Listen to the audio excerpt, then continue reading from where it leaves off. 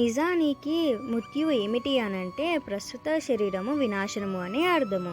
ప్రస్తుత దేహము తన కార్యాల కల్పనను విడిచి పంచభూతాలలో కలిసిపోగానే దేహములోని జీవి తన ప్రస్తుత కర్మాలను కర్మఫలాలను అనుసరించి మరొక దేహంలోకి ప్రవేశిస్తుంది.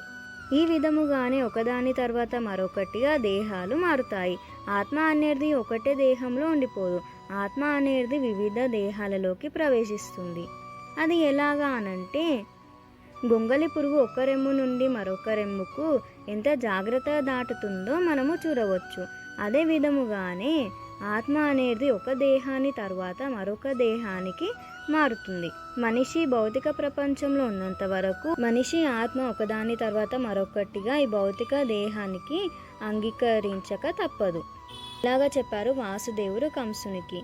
వాసుదేవుడు కంసునికి ఇంకా వివరణతో చెప్పారు. అది ఎలాగా అనంటే